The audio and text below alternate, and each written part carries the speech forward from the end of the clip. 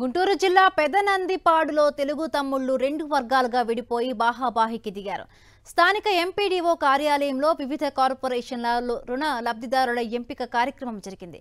Party కోసం కష్టపడి పనిచేసిన వారిని కాదని వేరే వారికి లోన్లు ఎలా మంజూరు చేస్తారని టీడీపీలోని మరొక వర్గం నేతలు వాగ్వాదానికి దిగారు.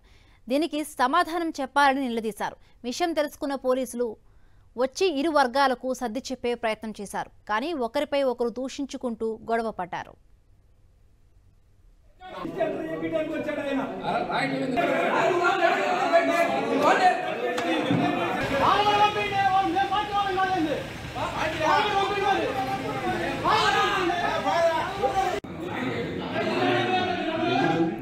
గుంటూరు జిల్లా పెదనందిపాడులో తెలుగు తమ్ముళ్లు రెండు వర్గాలుగా విడిపోయి బాహాబాహికి దిగారు.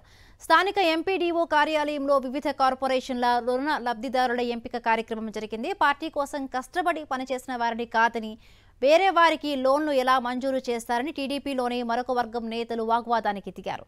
దీనికి సమాధానం చెప్పాలని నిలదీశారు. విషయం తెలుసుకున్న పోలీసులు వచ్చి ఇరు వర్గాలను సర్ది చెప్పే ప్రయత్నం చేశారు. కానీ ఒకరిపై ఒకరు దూషించుకుంటూ గొడవ పడ్డారు.